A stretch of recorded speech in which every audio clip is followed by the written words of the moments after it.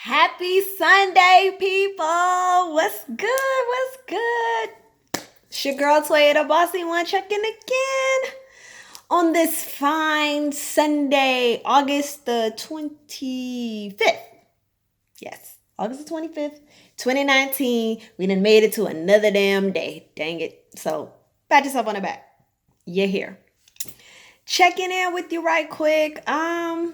Wanting to know first and foremost how everyone is doing. I hope that everybody had a great and productive week. Spectacular. Plenty of time with the family and whatever else. Ooh, see, that reminds me. I need to be taking my vitamins. So, anywho, while I'm taking my vitamins, as I stated, I hope that everybody had a great week, great work week, great family week, and you guys have had a chance, catch up on everything that you needed to, be productive this weekend, do some things that you like to do. If you got hobbies, hopefully you've been able to. If you work on the weekends, then I hope during the week, whenever your Friday is and your weekend is during the week, I hope that you also have had the opportunity to do the things that you like to do. No idle hands. Always work on self. When you're not at work working for somebody else, then you take your free time and you work for yourself, right? That way it's a win-win situation. You get a paycheck and then you get to mind the business that pays you. So, this week I think that I am going to discuss earlier in the week, I've had some instances where I've just run across people who tend to kind of fabricate things in their life or embellish, if you will. And it made me come up with this concept. Over my past, having different lessons in life and becoming wiser, right? So dealing with wisdom concepts, right? Because the older you get, when you learn different things, that's wisdom. I have come to understand why there is a need to play sports, or why there is a need to play certain board games, or even have a concept or a general grasp of these things. Rules of engagement when it comes to games, as far as physical, mental, exercises, different strategies and different things, it helps you to execute proper plans when you're going through your day-to-day life. Case in point, my breakdown today is, let's just say we have a game of football going on, since football is the hot topic and everyone's been talking about it. And if we use the concept of football, we'll say that we have players, coaching staff, ticket holders, and spectators. Now, let me say, when you're dealing with the game of life, right, you're either going to be a player in the game, on the coaching staff, a ticket holder, or a spectator. Now, to break this down, when you're growing through the different stages in your life, you would be considered a player, right? So I would say, honestly, from either I'm not going to too much, your priming of your life, like when you're in school, elementary, things like that, that's getting you ready. So you enter the game at 21. So from 21, I would say to 40, 45, I feel like you should be a player in the game. Or no, let's just dial it back. Say 21 to 40. You're a player in the game. From 40, possibly to either 45. So from 40 to 45 or beyond. It just depends on where you are in your skill set. You will be either on the coaching staff, an assistant coach, or actual coach. Now, As we know, everybody does not make the draft. Everybody doesn't make the cut. Everybody is not going to make it to be a player in the game. So you have some people that will almost make it, or they understand all the strategies of the game. Maybe they had an injury or something happened to them and they can't quite get into the game, but they're ticket holders, right? So you have the ticket holders who are good enough to be on the floor seats or at the ground level. And then you have the ticket holders, as you go up, the tickets get cheaper, right? And then you have the spectators who are watching from home. Now, with the analogy of the player, in my opinion, as a player in the game of life, you always want to try to make sure that you put yourself in a position to be drafted. Period. You want to get into the game. It's okay to be a ticket holder, but the ultimate goal is to get in the game. Now, when I say get in the game, those are the movers and the shakers in life. The ones that get up and go to work, get up and go to school. They're doing something, right? So they're players in the game. They're contributing. They are moving around and they are listening to whatever synchronicities the universe is throwing at them or whatever people the universe is putting in their lives. They're paying attention and they're listening. They are going through their lives to gain knowledge because they understand that they are players in this game. So in the game of life, if it's to get to whatever in your life makes you feel like you're successful, if you're on that drive and you're on that path, then you are a player in the game. Now, the coaching staff are the people in the world that have come before you who have laid the foundation and have given you all the jewels. They're telling you and showing you how to execute your moves. Look, you do this way. If you want this at this age, then you should do this. If I were your age, I would have done it differently. I made these mistakes, X, Y, and Z, but I got to this point because I did this, and this. When you come out the door, you should have X amount in the bank. These are the coaching staffs in your life. These are the people that you come across and every time you walk away from, you're going to take something. All right, thanks, coach. Bam, pat on the back. You run back into the game. Okay, you make your next play, right? And if the play is executed, then great. High five from the sideline. If not, then you go back to the coach. Coach, what can I, Now, sometimes the coach might not be able to get right to you then and there. So you have your assistant coaches that are in place that have either actively just finished doing it or they're in a process of doing it or they tried it. It may have failed for them so they can tell you which ways to go around, different things like that. But they're not really, truly a full-fledged coach yet because they're still in that whole maybe 40 to 45, 50 type of stage where they're still gathering things together, but they can assist you, right? So they might not be that coach that's set, that doesn't have to move anymore because they've already made all the proper movements. The assistant coach is still kind of in the game themselves, but they have enough knowledge to be able to tell you what you should and shouldn't do, what you should exercise on, what things in life are going to make your muscles strong enough to be able to dip, shake, move, whatever you need to do, catch the ball, run it, whatever, okay? So those are the assistant coaches in life, right? Now, you have your ticket holders who are people who may come along in your life who, may be there to help you, maybe borrow $1 here or $2 there when you need them. You pay them back. They got their stuff together. They not quite in the game because they, whatever. Those are the people that go through life and they just have tools. If you normally they have a routine going for themselves. They not hurting for nothing, but they don't want to be all out there. They just like to be able to do what they do, drink their coffee in the morning, read their newspaper. They not really all into the glitz and glam, but they don't mind watching, but they watch it from they watching from the sideline because if they want to get in the game, they very well could have. If they want to get on the coaching staff, they very well can. You get what I'm saying? So in that aspect, you have your ticket holders that on the ground level, those are the skybox owners. Those are the ones who are like, I'm here I'm here doing what I can do, and I see you, youngster out there and I'm a fan of yours and I like the moves that you're making. You keep doing it, and I'm watching from here. And anytime you need me to cheer you on, I'm here for you. Those are your ticket holders, right? Now, as you go further and further up the rafts, though, truth be told, you may still have fans out there, but then out there, you might have your haters, right?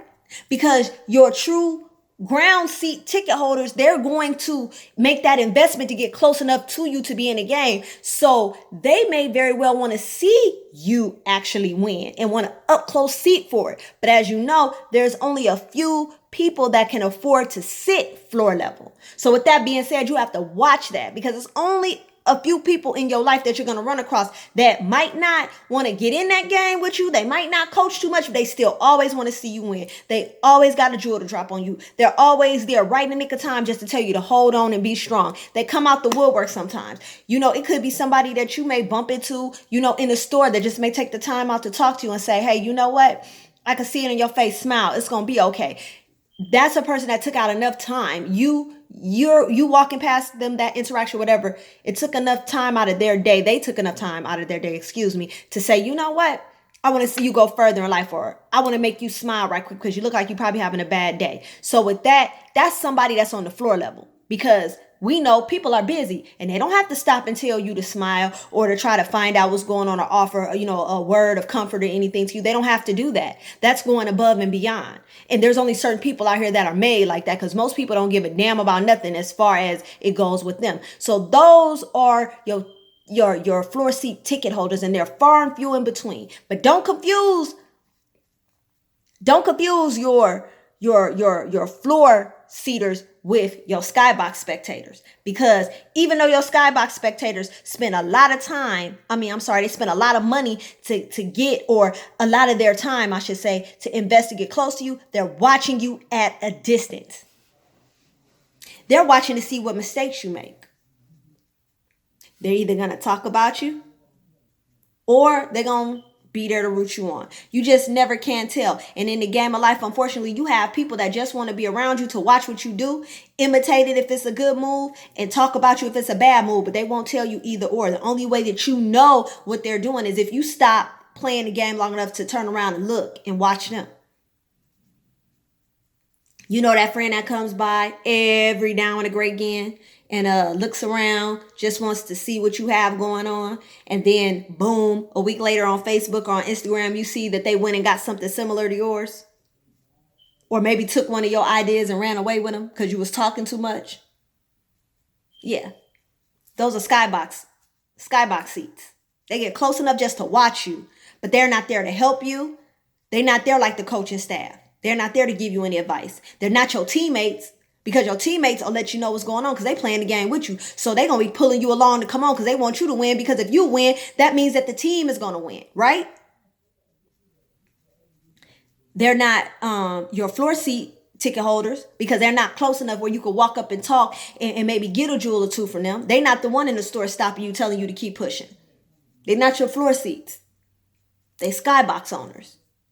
They'll come around and act like everything is fine in their life just to absorb any energy you have and then take it and run away with it because they can't come up with ideas on their own. So they watching you play your game at a strategic level, high enough to see every move that you make, but far enough away to not impact it, to not help either way. They will be there to praise you when you doing good and there to talk about every damn ball you dropped. Now, as I stated, the further you go up the seats, the cheaper the tickets, right? Until you get all the way to the spectators who are sitting at home watching the game.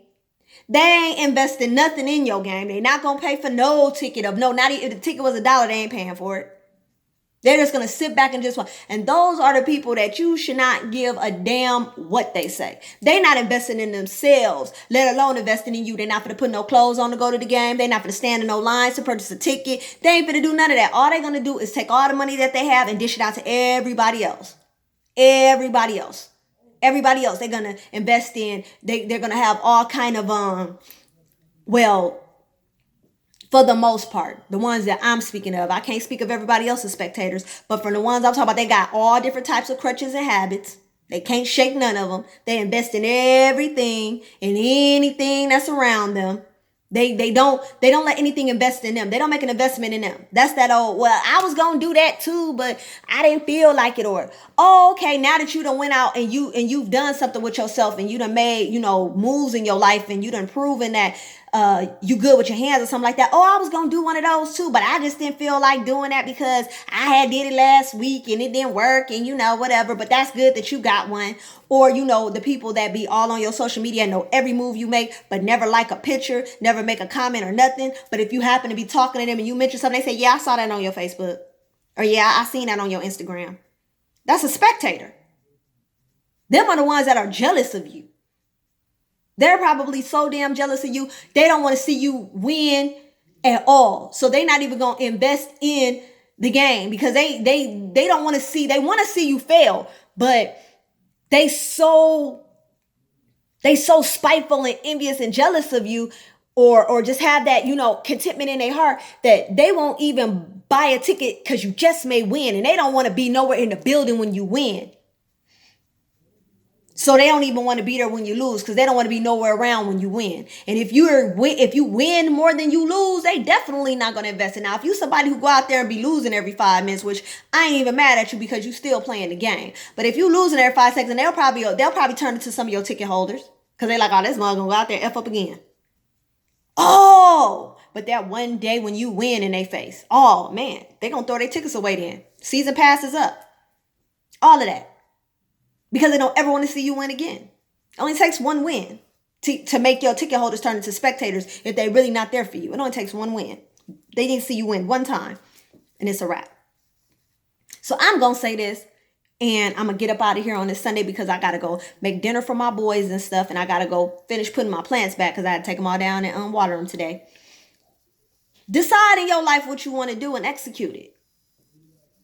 Decide where are you at in the game. In the game of life, where are you? Are you a player? Have you conquered and you coaching, or are you on the coaching staff? Or are you a ticket holder where you continue your life and you find where you're at? You just want to see your people do it. You've succeeded. You don't want nothing extravagant. You're not really into politicking too much about things and helping people make decisions. That's really not your dig. But you always got a nice word or something to say to somebody, or, are you a spectator? And at any given time, when you're not actively playing on the game, you could be anything. So sometimes, when you done put your towel down to the side and took your cleats off for the day, you know what I'm saying, and took off your helmet, you may turn into a coach for somebody. You may be on somebody's coaching stand. You might be the person walking through Target giving somebody else a good bit of advice. So you may be somebody else's, ticket holder, for that moment, But my thing is this. Unless I don't come across a person personally in life, I don't want to just be a spectator ever. Now I could be a spectator if we're on social media and it's a celebrity, that I'm not too keen on or whatever, and they doing their thing, and I happen to run past their page or run past, an article or something, a blog on them, and then now I'm a spectator, right? Because I'm just looking, but I have no investment. But even on with my celebrities that I like, I would rather be a ticket holder for them. And if I even take the time to say, keep your head up if they going through something or whatever, if I could offer some good words, then damn it, I want to be on the floor with them. Because I want to be up close and personal when they win. Why? Because I love being around winners. And for every W, you could take a lesson away from that. I don't care who you are. You're not there on the floor. You're not there on the staff watching people win because that's just what it is. That is synchronicity. There's no coincidences. So whatever win you see, you can always take something away from that win. So that when you go back to the dressing room, when you go back to the locker room and you lace your cleats back up and you throw your helmet back on your head, you put your pads on, you can get your ass out there and you can execute those moves. And you get with your coach and you say, hey, this is what I need. This is my strategy. I need to get from here to here. What do you think, coach? Word. Okay. Put me in a game. Break. And you do your shit. Do your shit. If you can play games, any type of games, Jenga, Monopoly, Uno, spades, tonk, any game. If you could roll dice, if you know that basketball game in and out, if you could read plays on the NFL or whatever, hockey, baseball, whatever your thing is, if you can play it, then you can play life. It's up to you what you want to do with the knowledge. But you gotta get out there. And the reason why this came to my head today with dealing with people that tend to over embellish their lives at times, a wise dude was telling me something one day. a gentleman, that I used to talk to a whole lot back in the day. But, time changes, people change. But you never forget, the jewels. When people drop jewels on you, you don't forget them, especially when the jewels are life-changing. But every time he would tell me certain things, he would always explain it in a game of baseball, basketball, or football. Every time he would tell me something, he would be like, okay, well, like, see, okay, like, so say you playing football, and you know how, okay, the offense is up, and and the quarterback is out, and I'm just like, why do you always talk to me in sports language? And he's like, because I understand sports. And when I think about it, it will make it so plain. It was like a universal language, and it was understood on both sides. He didn't have to break anything down. He didn't have to elaborate more on it. I understood it because I understood the game. So life is a universal language. We all speak it. Just get out there and execute it. So until next time, as always, remember to be prolific and be abundant. And I love you guys, and have a great week, and we'll catch up yet again. Deuces.